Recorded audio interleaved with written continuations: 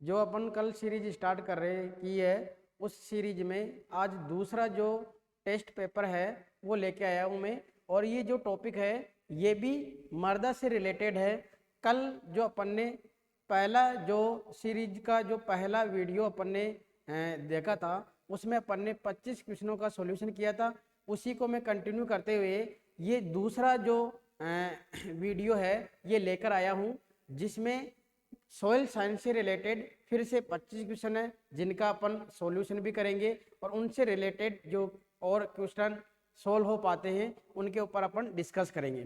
तो आज का जो क्वेश्चन है पहला वो होने वाला है, पहला क्वेश्चन है सामान्य मृदा में खनिज पदार्थ, वायु, जल व कार्बनिक पदार्थ की मात्रा कितनी होती है। सामान्य मृदा में खनिज पदार्थ, वायु, जल व कार्बनिक पदार्थ की मात्रा कितनी होती है। 20%, 20%, 20% और 20%, 50, 40 या 5-5। तो ये संगठन है किसका, मृदा वायु का संगठन।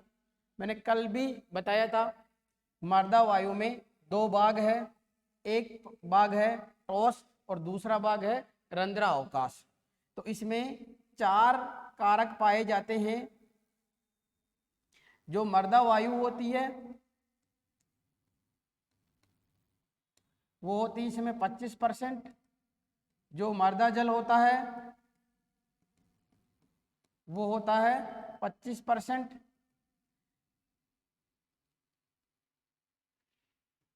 45% और 5%। तो यहां ध्यान रखना है खनिज पदार्थ कितना है 45, खनिज पदार्थ कितना है 45%। कार्बनिक पदार्थ कितना है 5%। तो यहां सही कौन सा होगा, खनिज पदार्थ 45%, मृदा वायु 25%, जल 25% और कार्बनिक पदार्थ हो गया 5%। जो मृदा का आयतन है उसमें 2 हिस्से हैं, एक है ठोस भाग और एक है रंध्र अवकाश। ठोस ही कितना है 50% और रंध्र अवकाश ही कितना है 50%। इसमें फिर आता है मिनरल मैटर और ऑर्गेनिक मैटर। 45%, 5% और इसमें आता है जल और वायु। ये है 25 और ये है 25%। दूसरा क्वेश्चन है मृदा विज्ञान की वह शाखा जिसमें मृदा का अध्ययन पादप वर्दी, मृदा विज्ञान की वह शाखा जिसमें मृदा का अध्ययन पादप वर्दी प्लांट ग्रोथ के संबंध में किया जाता है। पेडोलॉजी, इडेपोलॉजी, पेडोटर्बेशन, पेडोलाइजेशन।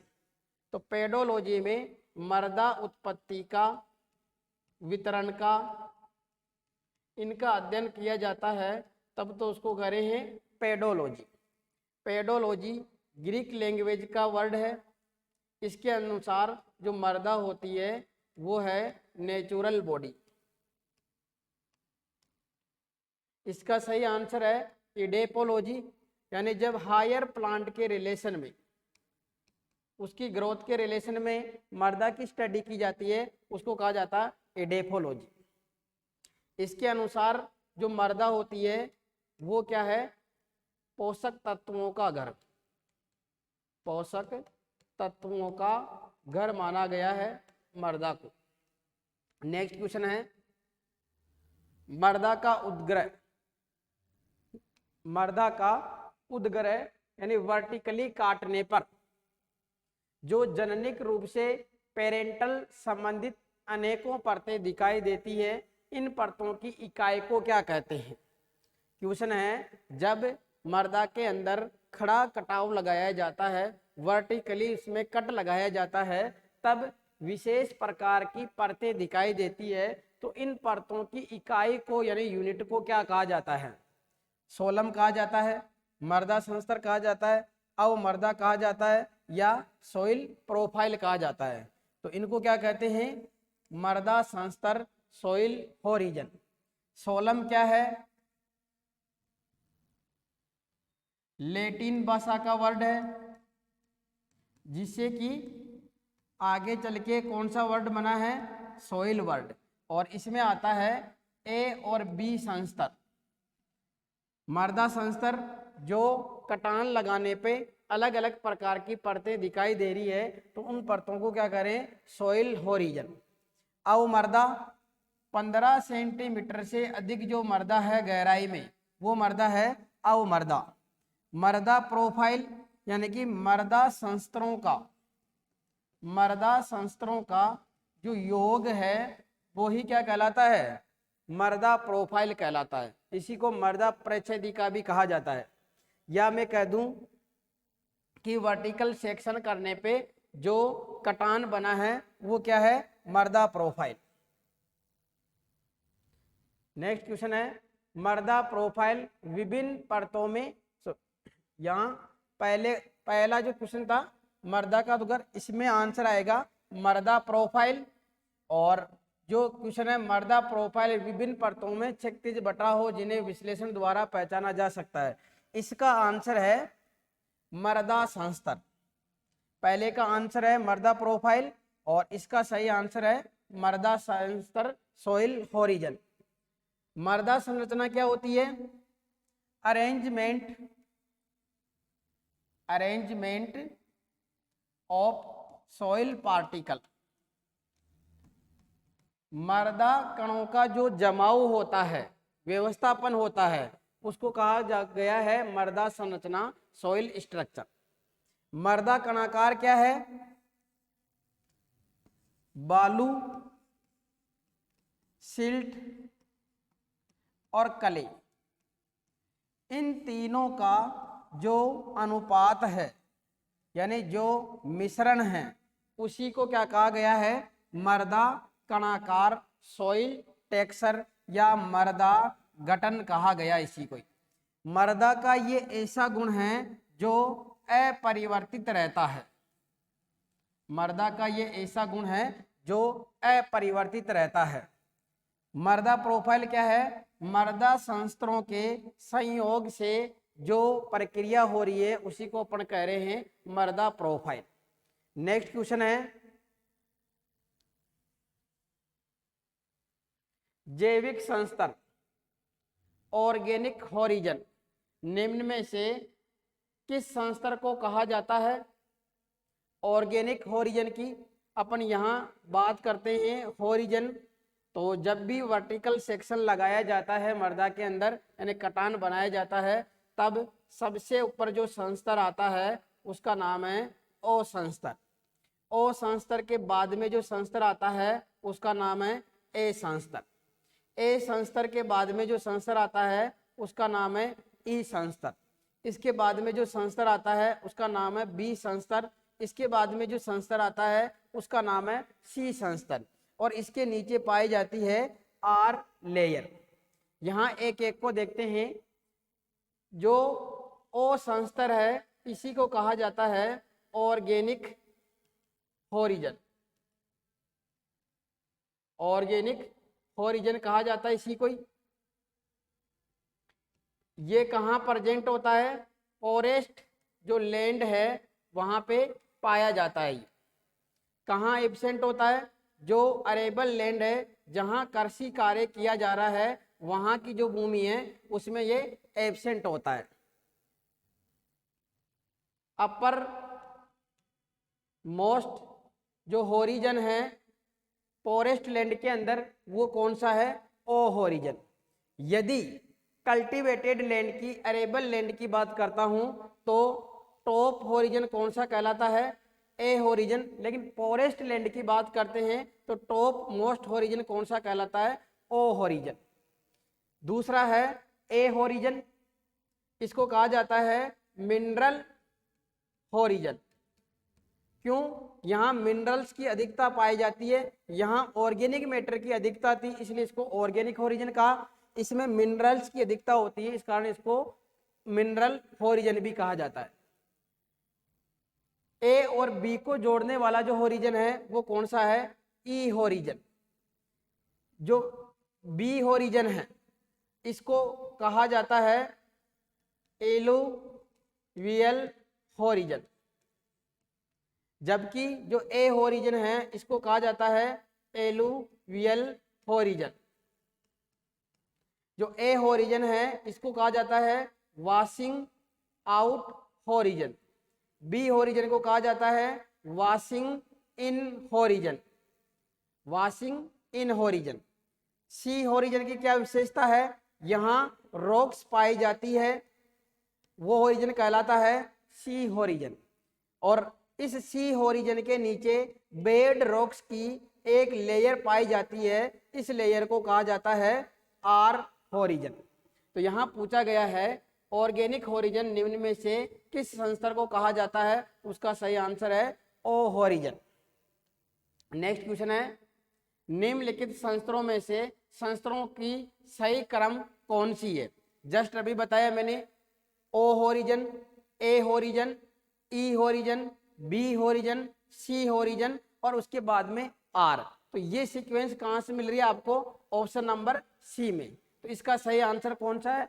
ओ, ए, ई, बी, सी और आर। नेक्स्ट क्वेश्चन है, ए संस्तर व बी संस्तर, ए संस्तर व बी संस्तर दोनों को सम्मिलित रूप से क्या कहा जाता है? यहां बता दूं मैं, ए प्लस बी की बात करें तो इसको तो कहा जाता है सोलम। यदि ए प्लस बी प्लस सी इसको कहूं तो क्या कहूंगा? रिगोलिथ। यह है रिगोलिथ। ए, ओ, ई, बी और सी इनको मिला के कहूं तो इनको क्या कहेंगे? Master horizon, master horizon. तो इसका सही आंसर कौन सा है? सोलम। इसी से मर्दा की उत्पत्ति हुई है, जो कि एक लैटिन भाषा का वर्ड है जिसका मीनिंग होता है फ्लोर, पर्स होता है। नेक्स्ट क्वेश्चन है, संस्तर ए, बी व सी को सम्मिलित रूप से बता दिया मैंने, रिगोलिथ। 1 हेक्टेयर मृदा की शून्य यानी 0 से 15 सेंटीमीटर जो मोटी परत होती है जो हल द्वारा जोती जाती है उसे क्या कहा जाता है? सोलम कहा जाता है, रिगोलिथ कहा जाता है, रिगोसोल कहा जाता है या फेरोस्लाइस कहा जाता है। इसका सही आंसर है फेरोस्लाइस कहा जाता है। यानी कि जहां कृषि औजार चलाए जा रहे हैं, 0 से 15 सेंटीमीटर की जो मोटी परत है, यहाँ और क्या ध्यान रखना है अपने को? सोलम बता दिया, ए प्लस बी, रिगोलिथ बता दिया, ए प्लस बी प्लस सी, और 0 से 15 सेंटीमीटर की जो भूमि है 1 हेक्टेयर की उसको कहा गया है फेरोस्लाइस कहा गया उसको। 0 से 15 सेंटीमीटर जो गहरी मिट्टी होती है इसी को सरफेस सॉइल भी कहा जाता है, भी कहा जाता है। 15 सेंटीमीटर से अधिक जो मृदा होती है इसको क्या कहा जाता है? इसको सब सॉइल कहा जाता है, अव मृदा कहा जाता है इसको, इसको अधो मृदा कहा जाता है। नेक्स्ट क्वेश्चन है, भूपपड़ी अर्थ क्रस्ट में कौन से खनिज की पदार्थ की प्रतिशत मात्रा सबसे ज्यादा होती है? तो यहाँ है सिलिकॉन ऑक्साइड। नेक्स्ट है, अर्थ क्रस्ट का 95% भाग कौन सी चट्टानों से बना हुआ होता है? तो यहाँ चट्टानें 3 प्रकार की होती है। यहाँ चट्टानें 3 प्रकार की है, आग्नेय चट्टान, उससे बनने वाली सेडिमेंट्री रॉक्स, और इन दोनों से बनने वाली रूपांतरित चट्टान। तो यहाँ 90% हिस्सा किससे बना हुआ है? इग्नियस रॉक्स, आग्नेय चट्टानें। ये प्राथमिक चट्टानें होती है, ये ज्वालामुखी से जो लावा निकलता है उसके द्वारा बनती है। ये अन्य चट्टानों की जन्मदात्री मानी जाती है। तो इसका सही आंसर है आग्नेय चट्टान। नेक्स्ट क्वेश्चन है, निम्न में से किस चट्टान को परतदार चट्टान भी कहा जाता है? निम्न में से किस चट्टान को परतदार चट्टान भी कहा जाता है? अभी जस्ट बताया आग्नेय चट्टान को क्या कह रहे हैं? प्राथमिक चट्टानें कहा जाता है आग्नेय चट्टानें को। पातालित चट्टान को कहा जाता है परतदार चट्टानें। सेडिमेंट्री रॉक्स भी इन्हीं का नाम है। तलछट परतें या तलछट जो चट्टानें हैं वो भी कौन सी है? पातालित। तीसरा रूपांतरित चट्टान, इनको कह रहे हैं मेटामॉर्फिक, जो कि आग्नेय और पातालित चट्टानों में रूपांतरण होने से बनती है। नेक्स्ट है, प्राचीन चट्टानों के अपक्षय से प्राप्त, प्राचीन चट्टानों के अपक्षय से प्राप्त सामग्री को एक स्थान से दूसरे स्थान पर ले जाकर जमा होने से बनी चट्टान क्या कहलाती है? जब आग्नेय चट्टान का अपक्षय हो रहा है, जो इग्नियस रॉक्स है इनमें वेदरिंग होती है, तो इनके छोटे छोटे टुकड़े हो जाते हैं। इनको कहा जाता है सेडिमेंट कहा जाता है, तलछट कहा जाता है इनको। और जब ये तलछट पानी के साथ में, हवा के साथ में या किसी अन्य कारकों के साथ में बह के और दूसरी जगह चला जाता है और वहां जाके और चट्टान का निर्माण कर देता है, तो ऐसी चट्टानों को कहा जाता है पातालित चट्टान या तलछट चट्टानी। नेक्स्ट क्वेश्चन है, आग्नेय चट्टान का उदाहरण है, आग्नेय चट्टान का उदाहरण है बेसाल्ट।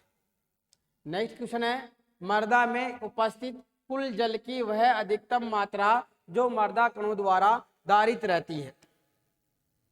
मृदा में उपस्थित कुल जल की अधिक मात्रा जो कि मृदा कणों द्वारा धारण की जा सकती है, उसको क्या करें? आर्द्रताग्राही जल, जल धारण क्षमता, म्लानी बिंदु और उपलब्ध जल क्षमता। तो इसका सही आंसर है जल धारण क्षमता, वाटर होल्डिंग कैपेसिटी।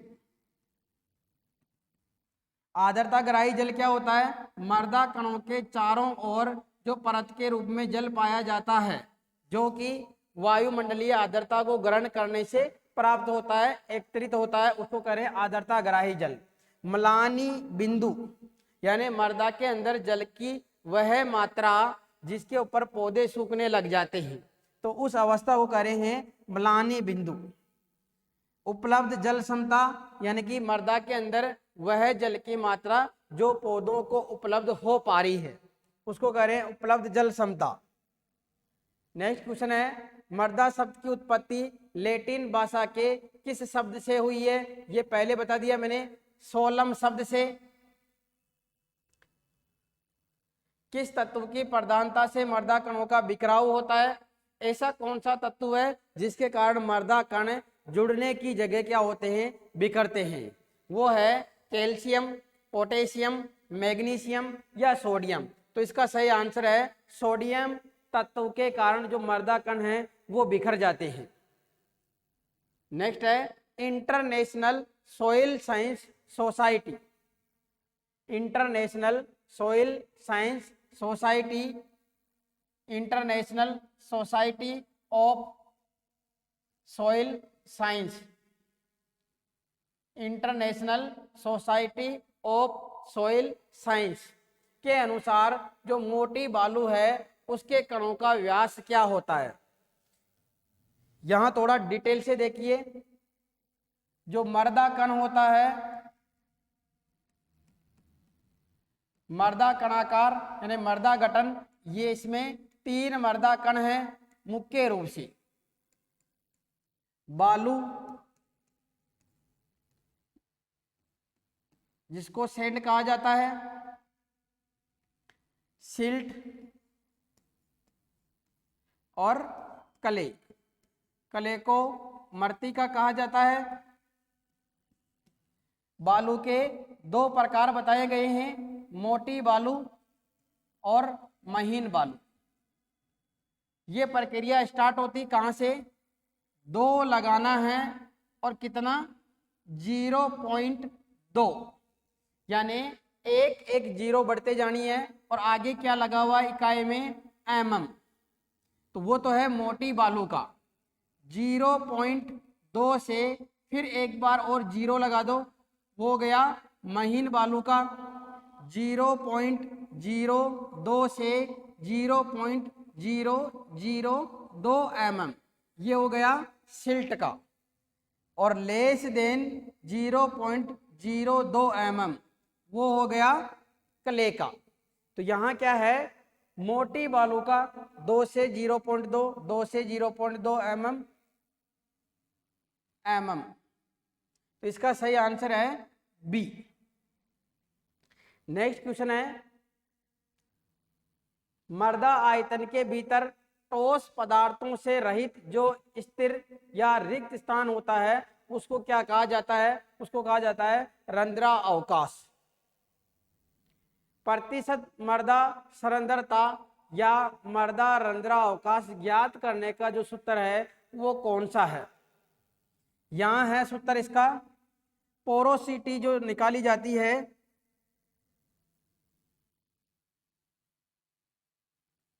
पोरोसिटी निकालने का जो फॉर्मूला है वो है 100 माइनस स्थूल घनत्व बटेवा कण घनत्व मल्टीप्लाई 100। 100 स्थूल घनत्व बटेवा कण घनत्व मल्टीप्लाई 100। 100 कण घनत्व, 100 स्थूल घनत्व होता। तो इसका सही आंसर है ए। इसको आप इस फॉर्मूले के रूप में ध्यान रखना है, bulk density upon particle density. 100 minus bulk density upon particle density multiply 100, ये इसका फॉर्मूला है। गीली मृदा का वह गुण जिसमें बल लगाने पर मृदा किसी ऐच्छिक रूप में बदल जाती है और बल हटाने पर उसी रूप में बनी रहती है, उसको क्या कहा जाता है। मृदा सुगठिता कहा जाता है, मृदा गाढ़ता कहा जाता है, मृदा सांद्रता कहा जाता है या स्थूलता घनत्व कहा जाता है। इसका सही आंसर है मृदा सुगठिता कहा जाता है उसको। नेक्स्ट क्वेश्चन है, मृदा जल किसे कहते हैं। मृदा जल किसे कहते हैं, मृदा में उपस्थित जल को, मृदा में जल रोकने की क्षमता को, मृदा में उपस्थित प्रतिशत जल मात्रा को, या इनमें से कोई नहीं। तो ये मृदा के अंदर जो उपस्थित जल है उसको कहा जा रहा है मृदा जल। मृदा में जल रोकने की क्षमता को क्या कहा जाता है, वाटर होल्डिंग कैपेसिटी, मृदा जल धारण क्षमता कहा जाता है उसको। मृदा के अंदर जो कुल जल होता है वो तो क्या कहलाता है, होलार्ड कहलाता है। इस होलार्ड के 2 भाग होते हैं, एक है क्रेसार्ड और एक होता है इकार्ड। ये जो जल होता है ये पादपों के लिए उपलब्ध रहता है, यानी पौधे इसको ग्रहण कर पाते हैं, जबकि ये जल पादपों के लिए अनअवेलेबल है, पादपों के लिए किसी काम का नहीं है, क्योंकि इसको जो पौधे होते हैं वो ग्रहण नहीं कर पाते, अवशोषित नहीं कर पाते। नेक्स्ट है, आर्द्रता ग्राही जल धारित होता है। मृदा जल 3 प्रकार का होता है।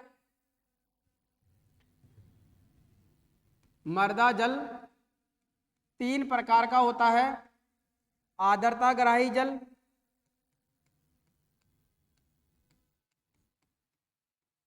केशिय जल और गुरुत्व जल। आर्द्रताग्राही जल जो कि मृदा कणों के चारों ओर पाया जाता है परत के रूप में। केशीय जल मृदा कणों के मध्य जो खाली जगह होती है वो जल है केशीय जल। गुरुत्व जल जो कि जड़ क्षेत्र से नीचे चला जाता है वो जल है गुरुत्व जल। यहां ध्यान रखना है, आर्द्रताग्राही जल कितने दबाव पे रहता है? 10,000 वायुमंडलीय दाब पर, 20,000 वायुमंडलीय दाब पे, 30,000 वायुमंडलीय दाब पे, 40,000 वायुमंडलीय दाब पे। तो ये होता है 31,000 वायुमंडलीय दाब पे। केशीय जल -1/3 से लेके और -31। गुरुत्व जल लेस देन -1/3 वायुमंडलीय दाब पर ये धारित रहता है। तो पौधों को कौन सा जल प्राप्त होता है? केशीय जल। -1/3 का जो पॉइंट है इसी को कहा जाता है फील्ड कैपेसिटी, क्षेत्र क्षमता कहा जाता है इसी को। नेक्स्ट क्वेश्चन है, आर्द्रताग्राही गुणांक तथा क्षेत्रधारिता के मध्य उपस्थित जल की मात्रा को क्या कहा जाता है? आर्द्रताग्राही जल, केशिका जल, गुरुत्वाकर्षण जल या इनमें से कोई नहीं? तो देखिए -1/3 के ऊपर तो होता है फील्ड कैपेसिटी जिसको कहा जा रहा है क्षेत्र क्षमता।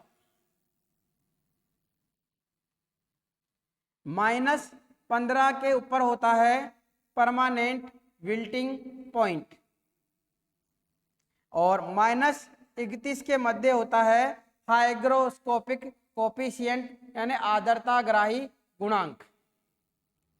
आर्द्रताग्राही गुणांक क्वेश्चन क्या पूछा गया है? क्षेत्र क्षमता और आर्द्रताग्राही गुणांक के मध्य जो जल पाया जाता है इसको क्या कहा जाता है? तो इसको कहा जाता है केशीय जल।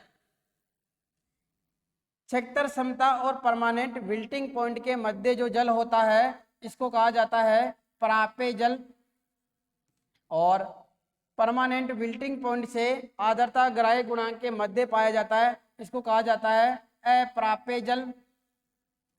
इसको कह रहे हैं उपलब्ध जल, अवेलेबल वाटर, और ये है अनअवेलेबल वाटर। पौधों को मिलता है केशीय जल, उसके दो भाग है प्राप्य और अप्राप्य। पौधों को मिलता है प्राप्य जल। तो क्वेश्चन यहाँ से पूछा जा सकता और भी कि पौधों को जो जल प्राप्त होता है वो कौन से दाब पे धारित रहता है? तो -1/3 से -15 वायुमंडलीय दाब पर। नेक्स्ट क्वेश्चन है, निम्न में से कौन सा मृदा जल 0.33 वायुमंडलीय दाब से भी कम दाब पर धारित रहता है? गुरुत्वाकर्षण जल, केशिका जल, आर्द्रताग्राही जल, इनमें से कोई नहीं। आर्द्रताग्राही जल कितने पे हैं? -31,000 पे। केशिका जल -1/3 से -31 और गुरुत्व जल है लेस देन -1/3 यानी इसको मैं कह सकता हूं 0.33। तो इसका सही आंसर है गुरुत्वाकर्षण जल। यानी कि यह मृदा जल की वो मात्रा होती है जो गुरुत्वाकर्षण बल के कारण जड़ क्षेत्र से यानी जो रूट जोन है उससे भी नीचे चला जाता है, जिस कारण पौधे इसका उपयोग नहीं कर पाते हैं। आर्द्रताग्राही जल जो वायुमंडल के में जो आर्द्रता है उसको अवशोषित करने से जो इकट्ठा हुआ है वो है आर्द्रताग्राही जल। केशिका जल बता दिया। क्षेत्र क्षमता और परमानेंट विल्टिंग पॉइंट के मध्य जो जल है ये मृदा कणों के बीच में जो अवकाश होता है उसके मध्य पाया जाता है और इसी का पौधे अच्छी प्रकार से उपयोग कर पाते हैं। यानी कि मैं कह सकता हूं कृषि के लिए जो बेस्ट जो वाटर है वो है केशीय जल, कैपिलरी वाटर।